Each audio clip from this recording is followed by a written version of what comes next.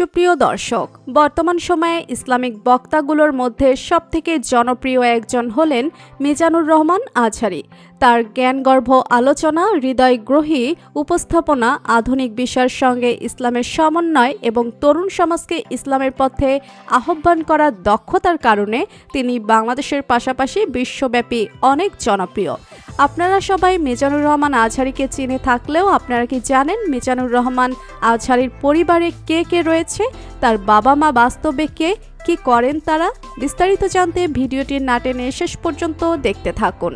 মিজানুর রহমান আজহারী জন্মগ্রহণ করেন 1990 সালের 26 জানুয়ারি।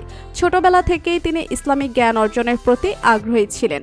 মিজানুর রহমান আজহারীর শিক্ষা জীবন শুরু হয় স্থানীয় মাদ্রাসায়, যেখান থেকে তিনি প্রাথমিক ধর্মীয় শিক্ষা অর্জন করেন।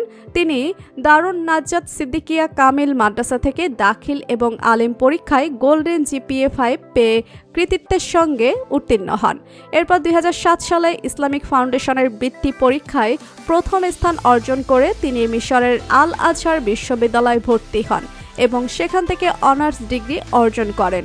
পরবর্তীতে মালয়েশিয়ার আন্তর্জাতিক ইউনিভার্সিটি থেকে উচ্চশিক্ষা অর্জন করেন এবং এমফিল ও পিএইচডি গবেষণা সম্পূর্ণ করেন। মিজানুর রহমান আজহারীর বক্তব্য সহজবোধ্য এবং আকর্ষণীয়, যা সাধারণ মানুষ খুব সহজেই বুঝতে পারে।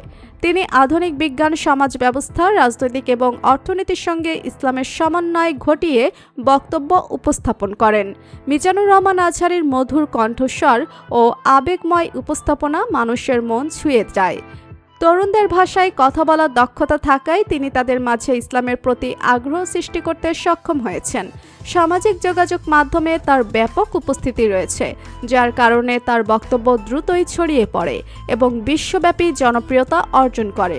তার ওয়াজ মাহফিলে কোরআন ও হাদিসের ব্যাখ্যা তুলে ধরা হয়।